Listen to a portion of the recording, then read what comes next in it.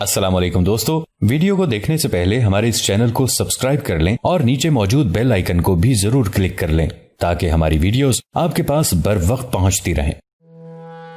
اس کی جوان بیٹی کو حملہ آور اٹھا کر لے گئے ہیں اور تمام تر ثبوت اور شواہدات پر غور کرنے کے بعد اس ہولناک واردات کی تفتیش کا ایک رخ ایک شخص کی طرف بڑھ جاتا ہے۔ اتنا کہہ کر بہرام خاموش ہو گیا۔ ادھر اس ہولناک خبر سے قاسم کی دنیا گھومنے لگی تھی۔ اسے اپنے پیروں تلے زمین ہلتی ہوئی محسوس ہوئی۔ مارتھا، اکبر اور بوڑھے خادم کے قتل کی خبر فی الحقیقت قاسم کے لیے لرزا دینے والی تھی۔ اب اسے بہرام خان کا تحکمانہ لہجہ بھول چکا تھا۔ اس نے یہ بھی نہ دیکھا کہ بہرام خان کے ہمراہ خفیہ محکمے کے چند سپاہی بھی تھے۔ وہ ابھی واقعے کی سنگینی کے سحر سے نکل بھی نہیں پایا تھا کہ اسے چونکنا پڑا۔ بہرام خان کہہ رہا تھا، قاسم بن ہشام، گزشتہ کچھ دنوں سے البانوی کنیز کی بیٹی مارسی کا آنا جانا تمہارے گھر بہت تھا۔ بہرام خان کی نگاہیں اس سے بے خبر نہیں، جبکہ یہ بھی مجھے معلوم ہے کہ تم اور تمہاری ساتھی لڑکی البانوی کنیز مارتھا کو ناپسند کرتے تھے۔ اس لڑکی کا زندہ غائب ہو جانا اور مارتھا کا بے رحمی سے قتل ہو جانا صرف اسی طرف اشارہ کرتا ہے کہ میں تمہیں فی الفور اپنی حراست میں لے لوں۔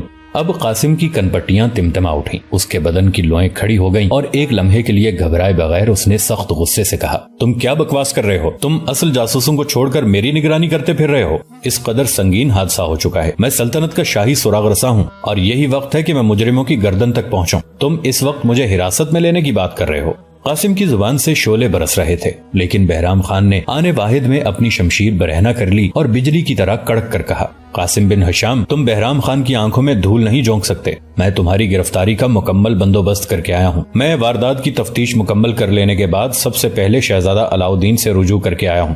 شہزادہ حضور نے ذاتی طور پر مجھے حکم دیا ہے کہ تمہیں فی الفور گرفتار کر لوں۔ میں سیدھا قصر سلطانی سے یہاں پہنچا ہوں۔ اب قاسم کے ہوش ٹھکانے آئے۔ اسے احساس ہوا کہ وہ بری طرح پھنس چکا ہے۔ اس نے سوچا کہ اس مرتبہ پھر گرفتار ہونا سلطنت کے لیے بے حد نقصان دہ ہے۔ حالات یہ بتاتے ہیں کہ دشمن اپنی سازش کے آخری مرحلے تک پہنچ چکا ہے۔ اس نے یہ بھی سوچا کہ اب شہزادہ علاؤدین اسے باعزت طریقے سے نظر بند نہیں کرے گا، بلکہ ہو سکتا ہے کہ اسے تحریک قتل کے الزام میں جلاد کے حوالے کر دے۔ چنانچہ اس نے فیصلہ کیا کہ وہ ان حالات میں کسی قیمت پر بہرام خان کے ہاتھ نہیں آئے گا۔ اب وہ کچھ سوچ ہی رہا تھا کہ اسے اپنے عقب میں دروازہ کھلنے کی آواز سنائی دی۔ یہ طاہر تھا، اس کا بھائی، جو بہرام خان کی گونجدار آواز سن کر باہر نکلا تھا۔ طاہر نے کسی ممکنہ خطرے کے پیش نظر نکلتے وقت برہنہ شمشیر بھی اٹھا لی تھی۔ جو ہی وہ دروازے سے باہر نکلا، اس کی نظر تیغ بکف بہرام خان پر پڑی۔ ابھی وہ کچھ سمجھ ہی نہ پایا تھا کہ بہرام خان نے اپنے سپاہیوں کو حکم دیا، اس شخص کو غیر مسلح کر کے گرفتار کر لو۔ سپاہی آگے بڑھے، لیکن طاہر ذرا بھی نہ جھجکا۔ وہ وادی حجاز کا مانا ہوا شمشیر زن اور سلطنت عثمانیہ کی سب سے بڑی تربیت گاہ میں تیغ زنی کا استاد بھی تھا۔ اس نے سپاہیوں کو آڑے ہاتھوں لیا۔ حالانکہ وہ بہرام خان کو ذاتی طور پر جانتا تھا، چاہیے تو یہ تھا کہ وہ خفیہ محکمے کے سربراہ بہرام خان سے حقیقت حال معلوم کرتا، لیکن وہ بہرام خان کے تیور دیکھ چکا تھا۔ اسے توقع نہیں تھی کہ بہرام خان سیدھی طرح سے کوئی بات سنے گا۔ چنانچہ اس نے بیک وقت خفیہ محکمے کے سپاہیوں کے سامنے نہ صرف اپنی تلوار لہرائی، بلکہ چھلانگ لگا کر ان چاروں سپاہیوں پر حملہ کر دیا۔ طاہر کی تلوار سے تلواریں ٹکرائیں اور جنگی دھن بجنے لگی۔ یہ چھن چھن کی چھنکار تھی۔ طاہر نے چاروں سپاہیوں کو اپنی ایک تلوار کے زور پر تگنی کا ناچ نچا دیا۔ اب چاروں سپاہی محسوس کرنے لگے کہ وہ اس نوجوان سے شمشیر زنی میں کبھی بھی نہیں جیت سکتے۔ بہرام قاسم کو اپنی تلوار کی زد میں لیے کھڑا تھا۔ اس کی آنکھوں میں حیرت بھی تھی اور غصہ بھی۔ اس کے چاروں بہادر سپاہی طاہر بن ہشام کے سامنے کٹ پتلی کی طرح ناچ رہے تھے۔ بالآخر اس نے گرج کر کہا، طاہر بن ہشام، میں تمہیں حکم دیتا ہوں کہ تلوار پھینک دو۔ تمہارے بھائی کی گرفتاری کا حکم براہ راست شہزادہ علاؤدین نے جاری کیا ہے۔ تم نے اگر تلوار نہ پھینکی تو میں شاہی کام میں مداخلت کے جرم میں تمہیں قتل کرنے سے بھی دریغ نہیں کروں گا۔ طاہر بن ہشام کی تلوار جادو کی چھڑی کی طرح رقص کر رہی تھی۔ وہ خود آندھی اور طوفان بن کر چاروں سپاہیوں کو بھگا بھگا کر چور چور کر چکا تھا۔ اس نے تلوار چلاتے ہوئے کسی سرفروش کی طرح مسکرا کر کہا، بہرام خان، تم اگر چاہتے ہو کہ میں تلوار پھینک دوں تو تم خود پہلے میرے بھائی کے سر سے تلوار ہٹاؤ، ورنہ میں تمہارے ان ہرکاروں کو گاجر مولی کی طرح کاٹ دوں گا۔ بہرام خان کو یہ توقع نہیں تھی کہ طاہر شہزادے کا نام سن کر بھی لڑنے سے باز نہیں آئے گا۔ اس نے تھوڑی دیر کے لیے کچھ سوچا اور پھر قاسم کے سر سے تلوار ہٹا لی۔ قاسم کے لیے یہ بہترین موقع تھا۔ وہ کسی چھلاوے کی طرح اپنی جگہ سے اچھلا اور بجلی کی سی تیزی سے ایک جانب دوڑتا چلا گیا۔ بہرام کے لیے یہ انتہائی غیر متوقع صورتحال تھی۔ اس نے قاسم کو ہاتھ سے نکلتے دیکھا تو سب کچھ بھول کر اس کے پیچھے لپکا۔ چاروں سپاہی جو طاہر کے ساتھ مصروف پیکار تھے، بہرام کے بھاگتے ہی فوراً پیچھے ہٹ گئے۔ وہ تو پہلے ہی دعائیں کر رہے تھے کہ کسی طرح اس مصیبت سے چھٹکارا مل جائے۔ طاہر کی شمشیر ان پر عذاب الہی کی طرح برس رہی تھی۔ انہیں جیسے ہی اس عذاب سے بچنے کا موقع ملا، وہ پیچھے ہٹے اور دم دبا کر بھاگ کھڑے ہوئے۔ اب بظاہر بہرام اور چاروں سپاہی قاسم کا تعاقب کر رہے تھے، لیکن در حقیقت وہ قاسم کو کھو چکے تھے۔ قاسم بہرام خان اور اس کے ساتھیوں کے سامنے سے ایسے غائب ہوا جیسے گدھے کے سر سے سینگ، لیکن دراصل وہ صرف بغلی گلی میں مڑتے ہی پاس کے ایک مکان کی ڈیوڑی میں داخل ہو چکا تھا، جبکہ بہرام اور اس کے ساتھی یہ سمجھے تھے کہ وہ دور نکل چکا ہے۔ چنانچہ وہ ایک جانب منہ اٹھائے بھاگتے چلے گئے۔ جو ہی قاسم نے بہرام اور اس کے ساتھیوں کو آنکھ سے اوجھل ہوتے ہوئے دیکھا، وہ بجلی کی تیزی سے واپس لپکا اور چند لمحے بعد وہ اپنے گھر کے سامنے کھڑا تھا۔ یہاں اس کا بھائی ابھی تک شمشیر بکف حیران پریشان کھڑا تھا۔ قاسم نے انتہائی تیز لہجے میں طاہر سے کہا، بھائی جان، غزالہ کو اغوا کر لیا گیا ہے، اس کی ماں اور اس کے 2 ملازم جس میں ایک اکبر تھا قتل کر دیے گئے ہیں۔ جبکہ بہرام نے اس واردات کا سارا شک مجھ پر ظاہر کر کے شہزادہ علاؤالدین سے ایک بار پھر میری گرفتاری کا اجازت نامہ حاصل کر لیا ہے۔ میں فی الفور غزالہ کو بازیاب کرنا چاہتا ہوں، جبکہ شہزادہ اور بہرام مجھے ایسا نہیں کرنے دیں گے۔ چنانچہ میں نے فیصلہ کیا ہے کہ میں ابھی اور اسی وقت از خود البانیہ کے راستے پر غزالہ کی بازیابی کے لیے جاؤں گا، کیونکہ مجھے یقین ہے کہ غزالہ کو ابو جعفر کے آدمیوں نے سکندر بیگ کے لیے اغوا کیا ہے۔ واردات نصف شب کی ہے اور اغوا کنندگان ابھی زیادہ دور نہیں گئے ہوں گے۔ قاسم نے اپنی بات شروع کی تھی تو اس وقت وہ گھر کے دروازے سے باہر گلی میں تھا، لیکن جب اس نے بات ختم کی تو اس وقت وہ انتہائی عجلت سے چلتا ہوا گھر کے استبل تک پہنچ چکا تھا۔ طاہر اس کی بات سنتا اور اس کے ساتھ چلتا ہوا استبل تک چلا آیا۔ اس نے قاسم کو گھوڑے کی زین درست کرتے ہوئے دیکھا تو کہا، میں بھی تمہارے ساتھ چلوں گا۔ نہیں، آپ میرے ساتھ نہیں چلیں گے، ادرنا میں ہر لمحہ بغاوت کا خطرہ ہے۔ آپ ابھی اور اسی وقت شہزادہ محمد اور ملکہ سروین سے مل کر ابو جعفر کی گرفتاری کا حکم نامہ حاصل کیجئے۔ مجھے 100% یقین ہے کہ مارتھا کو ابو جعفر کے آدمیوں نے قتل کیا ہے۔ قاسم گھوڑا تیار کر چکا تھا اور گھر میں کسی سے ملے بغیر باہر نکل آیا تھا۔ طاہر اب بھی اس کے ساتھ ساتھ چلتا ہوا باہر گلی میں آ چکا تھا۔ طاہر نے اچانک چونک کر قاسم کی زین سے بندھے اسلحے کو دیکھا اور کہا، ارے تمہارے ترکش میں تو بہت کم تیر ہیں، ٹھہرو میں ترکش بھر دیتا ہوں۔ نہیں، اب میں مزید وقت ضائع نہیں کر سکتا، بہرام ابھی چند لمحوں میں پھر واپس آنے والا ہے۔ آپ کوشش کیجئے کہ اس کے الٹے سیدھے سوالات کا جواب دینے کی بجائے جلد سے جلد قصر سلطانی کی جانب چل پڑیں۔ طاہر نے وقت کی نزاکت کا احساس کیا اور زور زور سے اسبات میں سر ہلانے لگا۔ اگلے لمحے قاسم اپنے گھوڑے کو ایڑ لگا چکا تھا۔ اس نے اپنے چہرے کو امامے کے پلو سے چھپا لیا تھا اور اس کا گھوڑا ہوا سے باتیں کرتا ہوا شہر سے باہر کی جانب سرپٹ دوڑتا جا رہا تھا۔ اسے بہت تیزی کے ساتھ بہت زیادہ سفر طے کرنا تھا۔ اس کے اندازے کے مطابق مارسی کو لے کر اغوا کنندگان ادرنا سے صبح کاذب کے وقت روانہ ہوئے تھے۔ وہ جلد سے جلد 50 میل سے زیادہ سفر طے کرنا چاہتا تھا۔ وہ یہی سوچ رہا تھا کہ اغوا کنندگان کم و بیش 50 میل سفر طے کرنے کے بعد تھک کر سست ہو چکے ہوں گے۔ اس کا طاقتور گھوڑا ادرنا کے مضافات کی دھول اڑاتا ہوا البانیہ کی جانب اڑا چلا جا رہا تھا۔ ادھر طاہر قصر سلطانی میں پہنچا۔ اس نے شہزادہ محمد اور ملکہ سروین کو مارتھا کے قتل اور مارسی کے اغوا کے متعلق بتایا۔ ملکہ کے لیے یہ ایک دردناک خبر تھی۔ وہ مارسی کو بہت عزیز تھی اور مارتھا کے بارے میں کسی بھی حد تک جانتی تھی۔ جب طاہر نے ملکہ سے ابو جعفر کی گرفتاری کی بات کی تو ملکہ بری طرح چونک اٹھی اور اس نے فی الفور کہا، بے شک اس شخص کو ابھی اور اسی وقت گرفتار کر لیا جائے۔ لیکن شہزادہ محمد نے اسے بتایا کہ ابو جعفر شہزادہ علاؤالدین کا منظور نظر ہے اور شہزادہ علاؤالدین ابو جعفر کی بجائے قاسم بن حشام کی گرفتاری کا حکم دے چکا ہے۔ شہزادہ محمد نے یہ بھی بتایا کہ قاسم مارسی کی بازیابی کے لیے بہرام خان کے چنگل سے جان چھڑا کر البانیہ کے راستے پر روانہ ہو چکا ہے۔ اب صورتحال کی نزاکت ملکہ کی سمجھ میں آئی اور اس نے کچھ دیر سوچنے کے بعد کہا، ٹھیک ہے، تو پھر ہمیں شہزادہ علاؤالدین سے بات کرنی ہوگی۔ چلیے آپ دونوں بھی میرے ہمراہ چلیے، میں ابھی شہزادے سے بات کرتی ہوں۔ طاہر اور شہزادہ محمد ملکہ کے ہمراہ شہزادہ علاؤالدین کے کمرہ خاص میں آئے۔ ملکہ سب سے آگے آگے چل رہی تھی۔ اس کی 2 خادمائیں اس کے دائیں بائیں تھیں اور طاہر شہزادہ محمد کے ہمراہ ملکہ کے عقب میں چل رہا تھا۔ جو ہی ملکہ علاؤالدین کے کمرہ خاص میں داخل ہوئی، یہ دیکھ کر چونک اٹھی کہ شہزادہ صاحب فراش تھا۔ وہ بستر پر لیٹا ہوا تھا۔ اس کے نزدیک شہر کا مشہور طبیب سلیم پاشا موجود تھا۔ شہزادہ نے ملکہ کو دیکھا تو اس نے باپ کی اس سربیائی بیوی کے استقبال کے لیے اٹھنے کی کوشش کی۔ اس نے کوہنی بستر پر ٹکائی اور اٹھ کر بیٹھ گیا، لیکن اگلے لمحے اسے شدید کھانسی آنے لگی۔ اب شہزادہ محمد اور ملکہ دونوں پریشان ہو گئے۔ انہیں تو معلوم ہی نہیں تھا کہ علاؤالدین اس قدر بیمار ہے۔ شہزادہ محمد چند دن قبل اپنے بھائی کی عیادت کے لیے آیا تھا، لیکن اس وقت تو علاؤالدین اچھا خاصا چلتا پھرتا تھا اور اسے صرف بخار کی تکلیف تھی۔ لیکن آج بھائی کو یوں صاحب فراش دیکھ کر محمد کا کلیجہ کانپ گیا۔ شہزادہ علاؤالدین سلطنت کا ولی عہد تھا۔ سلطان مراد خان ثانی کا بیٹا ہونے کے ناطے سلطان کا لاڈلا اور منظور نظر تھا۔ شہزادہ علاؤالدین سے سلطان کو بے پناہ محبت تھی۔ محمد نے سوچا کہ اگر اس کے باپ کو اپنے لاڈلے بیٹے کی اس قدر شدید بیماری کا پتہ چلے تو وہ دیوانہ ہو جائے۔ محمد غمزدہ قدموں سے آگے بڑھا اور بھائی سے کہنے لگا، بھائی جان، آپ اس قدر بیمار ہیں اور آپ نے ایک پیغام تک نہیں بھیجا۔ محمد بھائی کا جواب سنے بغیر طبیب کی طرف مڑا اور بولا، طبیب یہ آپ کی ذمہ داری تھی، بھائی جان تو علیل ہیں، آپ ہی ان کے معالج ہیں، آپ کو چاہیے تھا کہ ہمیں اطلاع کرتے۔ ملکہ اپنی شاہانہ شان و شوکت کو بھول کر شہزادہ علاؤالدین کے پاس تخت پوشت پر بیٹھ گئی اور شہزادے کا ہاتھ اپنے ہاتھ میں لے کر کہا، علاؤالدین کیا آپ ہم سے ناراض ہیں؟ آپ اس قدر علیل ہیں اور آپ نے کسی کو بتایا تک نہیں؟ نہیں ملکہ معظمہ، ایسی بات نہیں ہے، ہم کل تک بالکل ٹھیک تھے، بس آج صبح اچانک صحت زیادہ گر گئی ہے۔ بخار اور کمزوری تو تھی، لیکن آج صبح ایک بری خبر نے صحت پر بہت زیادہ منفی اثر ڈالا ہے۔ مزاج دشمنہ، خدا نہ کرے کہ آپ کے نزدیک کوئی بری خبر آئے۔ ایسی کون سی خبر ہے جس نے آپ کو اس قدر مزمحل کر دیا ہے؟ ملکہ نے انتہائی محبت سے علاؤالدین کا ہاتھ دباتے ہوئے پوچھا تو علاؤالدین نے کہا، دراصل ہم سے چند دن پہلے یہ غلطی ہوئی تھی کہ ہم نے آپ کے بہت زیادہ اصرار پر سلطنت کے ایک خطرناک دشمن کو آزاد کر دیا تھا۔ یہی وجہ ہے کہ آج ہم نے اس بری خبر کا بہت زیادہ اثر لیا ہے۔ ہم نے آپ کے کہنے پر قاسم بن ہشام کو رہا تو کر دیا، لیکن اس نے گزشتہ شب ہماری سلطنت کی دیرینہ مہان مارتھا بیگم کا قتل کر کے اس کی نوجوان بیٹی کو اغوا کر لیا ہے۔ اسی خبر نے ہمیں ہماری غلطی کا اس قدر شدید احساس دلایا ہے کہ ہم صاحب فراش ہو گئے ہیں۔ ہم نے بہرام خان کو قاسم بن ہشام کی زندہ یا مردہ گرفتاری کا حکم دے کر روانہ کر دیا ہے۔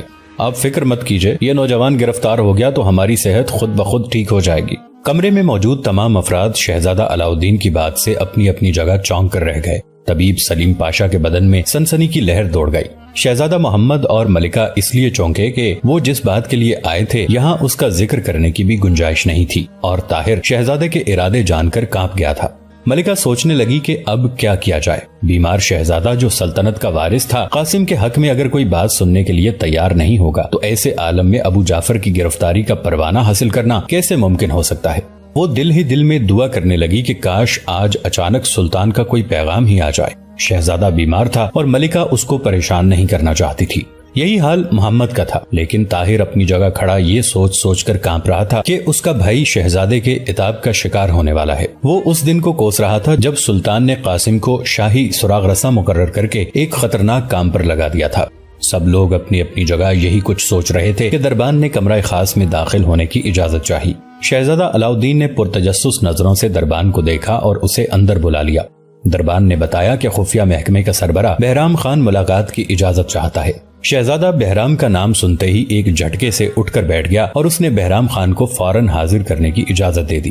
بہرام خان کمرے میں داخل ہوا تو سب لوگ اس کی حالت کو دیکھ کر حیرت زدہ رہ گئے۔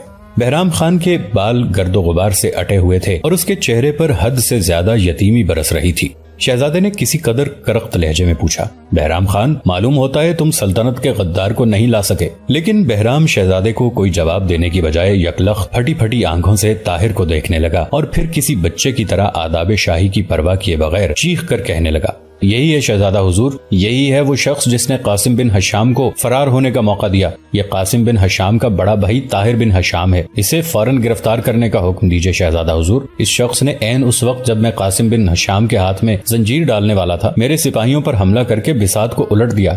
شہزادہ حضور، یہ قاسم بن ہشام کا بھائی ہے اور انتہائی خطرناک تلوار باز ہے، یقیناً یہ بھی اپنے بھائی کی سازش میں شریک ہوگا۔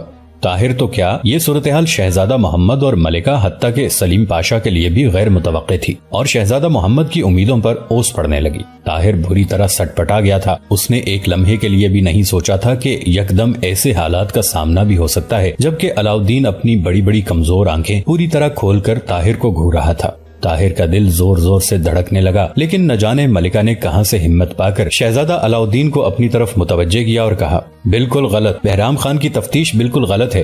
ہم پورے یقین کے ساتھ کہہ سکتے ہیں کہ البانوی کنیز مارتھا کا قتل اور اس کی بیٹی کا اغوا قاسم بن ہشام نے نہیں کیا، قیصر کے ان جاسوسوں نے کیا ہے جو نہ صرف ادرنا میں بغاوت برپا کرنا چاہتے ہیں بلکہ اپنے سب سے بڑے دشمن قاسم بن ہشام کو بھی راستے سے ہٹانا چاہتے ہیں۔